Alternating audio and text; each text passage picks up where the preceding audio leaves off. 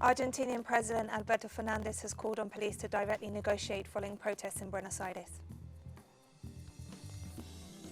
Russian President Vladimir Putin noted that security issues in Afghanistan remain tense during a meeting of the Shanghai Cooperation organization. A 4-month state of emergency has been declared on the Greek island of Lesbos following a huge fire at the Moria refugee camp. From the headquarters of TeleSUR English in Havana, Cuba, this is From the South, and I'm Katrina Goss. And we...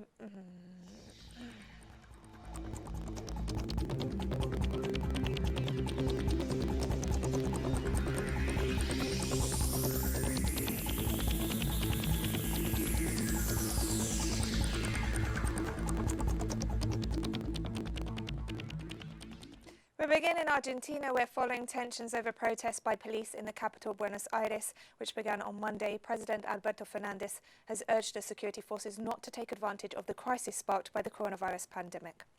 After presiding an event to present the 2020 investment plan in the Quilmes region, south of Buenos Aires province, the president stressed that it is not ethical to take advantage of the health crisis and that the protests launched by police calling for pay rises are not justifiable. The situation became tense after police extended the mobilization to the presidential palace. Fernandez criticized the act and assured that both he and the governor of the province, Axel Kicillof, would respond to the police demands and called on the force to resolve the situation through direct talks. We must resolve this. It frankly cannot be solved by hiding in patrol cars blowing their sirens. It can only be solved through direct talks. And the national government will not be distracted. The national government will also confront this problem, together with the governor, as we do every day, because with the governor we are also two friends immersed in the same cause, and we are committed to exactly the same thing. So I ask everyone, faced with the apocalyptic voices, the voices that say we are not going anywhere, to take note of everything we did. Here we continue to work on the pandemic, we continue to produce, we took care of the people, we continue to grow, we continue to invest. Peru has now exceeded the figure of 30,000 COVID-19 deaths as the government seeks to secure access to potential vaccines from foreign labs. Prime Minister Walter Martins confirmed the emergency decree authorizing the purchase of COVID-19 vaccines, even though none are fully tested and available yet. On the other hand, Minister of Health Pilar Massetti announced the withdrawal of the drug hydroxychloroquine from the list of medicines used to treat coronavirus patients, stressing that it was ineffective. Growing concern is being voiced on social networks warning of possible electoral fraud in Bolivia due to a growing number of Bolivians who've been disqualified from voting both within the country and abroad. Prior to the general elections on October 18th, Twitter users have stressed that voters abroad are being disqualified at the last minute. Bolivians are demanding that the Supreme Electoral Tribunal guarantee the right to vote of residents abroad.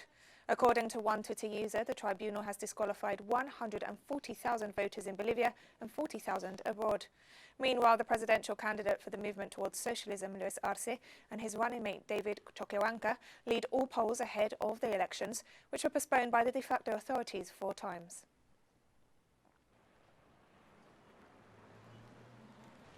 And also in Bolivia, it was officially confirmed that interest of $1.7 million was to be paid for credit provided by the International Monetary Fund, which the Legislative Assembly had rejected because of the conditions the organization intended to impose on the country through devaluation. Our correspondent Freddy Morales has the story.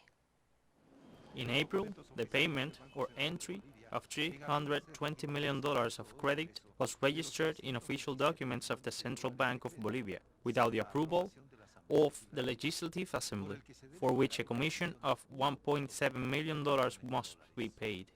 You can see in May's report that there will be an expenditure for interest and commission of approximately $1.7 million. This is something that the executive has to explain because everyone knows that this credit was not approved by the Legislative Assembly through the appropriate channels and means. The finance minister of the de facto government confirmed the payment of the credit commission, which cannot be used without legislative approval. The resources were transferred to the country and the central bank, and obviously that has a cost of 1.077% per year. We very much regret that the Legislative Assembly of Bolivia, in an unprecedented move, does not authorize the use of this resource. The Planning Commission of the Chamber of Deputies rejected this credit because the executive branch did not provide it with the essential document. We have sent notes for them to argue and attach the credit contract, the Supreme Decree and the financial specifications. They did not do it. We have waited for more than a month and a half. Therefore, as they have not appeared, this credit from the International Monetary Fund has been rejected. The direct responsibility lies within the executive branch for not complying with the political constitution of the state. They have violated the constitution and have committed a crime. The situation is complicated by the fact that the rejection of a bill in a commission determines that the issue cannot be discussed again in the next legislature. This means that millions of dollars in commissions are being paid for an illegal disbursed credit. According to the general rules of the Chamber, a bill that is rejected in this administration is presented again in the next. There is nothing that can be done. The Planning Commission has no competence to deal with this bill.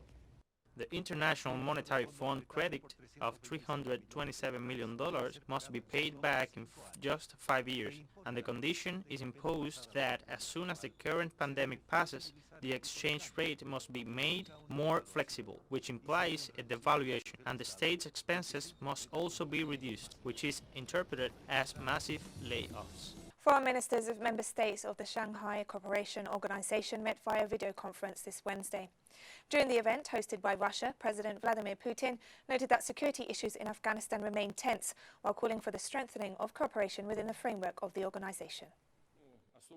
I stress special attention should be given to the sector of security in Eurasia and neighboring regions. The situation in Afghanistan remains tense. Conflicts don't subside in the Middle East and in the north of Africa. Serious threats that are posed by terrorism, drug trafficking, organized crime and cybercrime are increasing. It's thankful that the interest for the cooperative work with the Shanghai Cooperation organization is growing in other countries and international structures. We received 16 applications for membership in the organization to become member of states, to obtain the status of observers of applications for dialogue partnership. That is the confirmation of the authority of our organization in the world. A right-wing Norwegian lawmaker has nominated US President Donald Trump for the Nobel Peace Prize for helping broker a deal between Israel and the United Arab Emirates. This is the second time the lawmaker has nominated the US president for the honor. In the agreement reached on August 13th, the Gulf state agreed to normalize its relations with Israel. The Palestinian Authority and resistance factions have denounced the deal, saying it betrays the Palestinian cause, while stressing that any deal with Israel should be based on the 2002 Arab Peace Initiative, based on the principle of land for peace and not peace for peace, as Israel claims.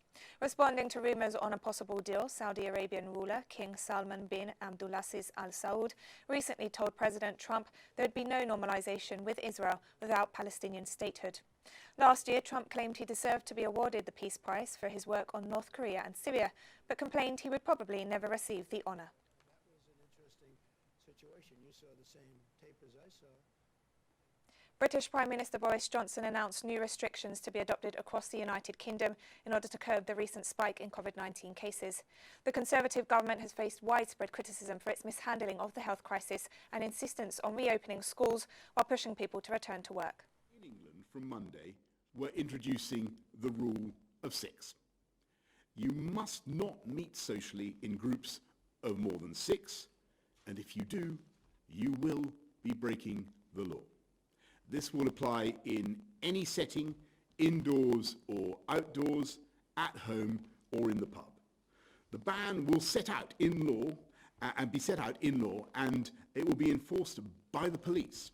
And anyone breaking the rules risks being dispersed, fined and possibly arrested. The final clinical trials of a coronavirus vaccine candidate developed by UK-based biotech lab AstraZeneca and Oxford University have been put on hold after a participant in the United Kingdom had a suspected adverse reaction. AstraZeneca described the halt to the trials, ongoing in several countries, as a routine pause due to a case of unexplained illness. The New York Times reported that a volunteer in the UK trial was diagnosed with transverse myelitis, an inflammatory syndrome that affects the spinal cord and can be caused by viral infections. An independent investigation will start now to discover if there was any link to the vaccine.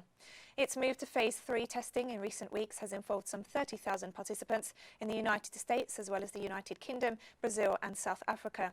Phase 3 trials in vaccines often involve thousands of participants and can last several years. The AstraZeneca Oxford University vaccine is seen as a strong contender among the dozens being developed globally. We continue in the United Kingdom, where the government published a new bill this Wednesday on the post-Brexit trading arrangements within the UK, which by its own admission violate the treaty with the European Union.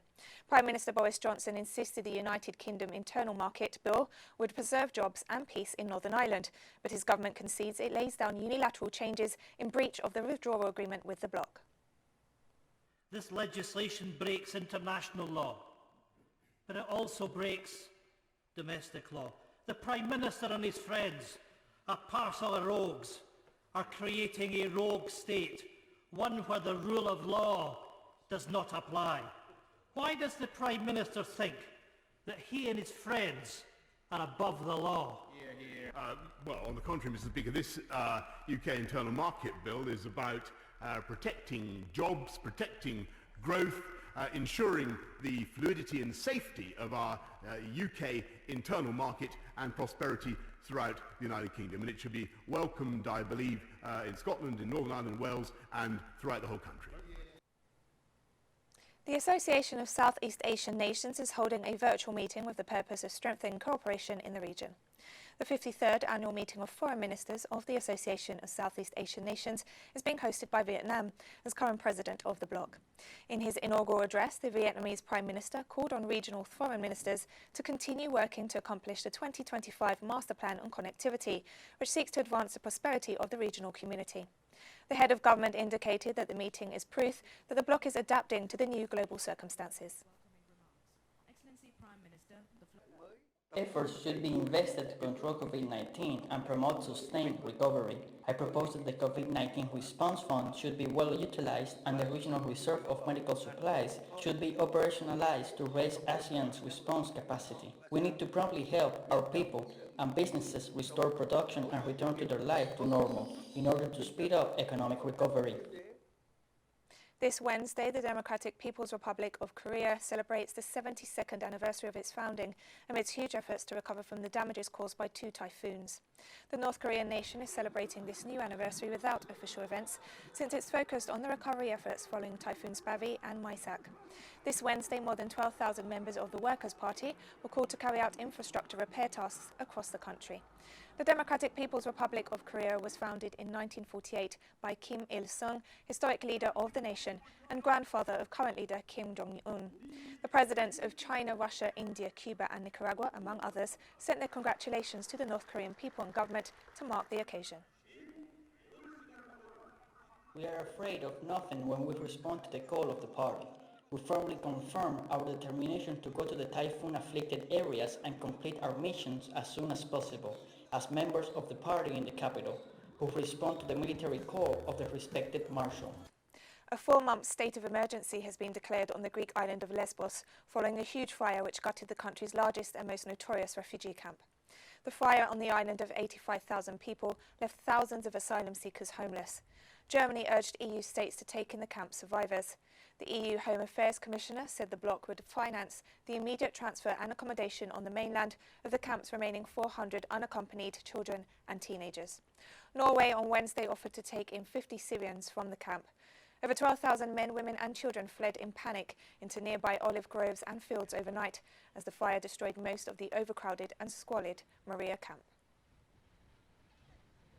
A state of emergency is declared on the entire island, which means that all national resources and all national forces will assist it. All the unaccompanied minors will be taken away from there today. I believe that a bad experience can quickly turn into an opportunity for a better reality, and this will happen in Lesbos once the damage in Moria has been assessed, and in consultation with the European Commission. We will take concrete initiatives.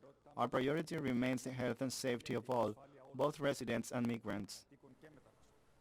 The Lebanese Foreign Minister has tested positive for COVID-19 and been placed under quarantine for a 2-week period, according to local media. Lebanon is experiencing a marked increase in COVID-19 infections, with at least 400 daily cases since August, and there are no signs of a decrease. Appointed as Foreign Minister on August 3rd, Charbel Wehbi replaced Nassif Hiti, who resigned, followed by Prime Minister Hassan Diab, who announced his resignation a week later. Prime Minister-designate Mustafa Adib is in the second week of a race against time to form an executive within 15 days. Syria exported agricultural products worth $47 million to 40 countries around the world this year, according to sector authorities. Head of the Chamber of Agriculture of Damascus, Omar al-Shalet, noted that the exports have not stopped during the country's years of war and have increased during 2020. He attributed this achievement to the growing government interest in exporting goods because of their importance in guaranteeing the necessary income to import basic materials. Al-Shalet also added that 25,000 tons of fruits were exported, including pomegranates, cherries, apples, pears and plums, as well as medicinal and aromatic plants. According to the official, neighbouring Arab countries and those of the Persian Gulf and Russia are the main destinations for Syrian agricultural products. The Iraqi army was assessing on Wednesday the aftermath of attacks on US military caravans as part of a series of local acts against US troops. One of the attacks damaged vehicles from international coalition forces as they moved through Al-Qadisiyah province in southern Iraq. The attacks came a day after an explosion interrupted another caravan of the Pentagon-led international coalition as it withdrew from the Taji military base north of Baghdad. Only one vehicle was damaged in that attack. The Iraqi parliament passed a non-binding bill in January in which it demanded the government expel all foreign troops from the country.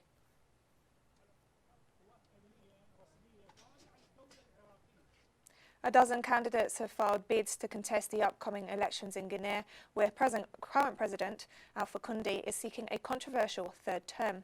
The Constitutional Court announced the nominees on Wednesday and is now vetting the list following Tuesday's midnight deadline to submit applications. The October 18th poll has been overshadowed by a bitter row over President Condé's future. The 82-year-old, who has served 2 consecutive terms in office, says the passing of a reformed constitution reset the term counter and he could stand again, despite opposition protests in which dozens are reported to have been killed. Meanwhile, the opposition movement is split as to whether or not to participate in the vote.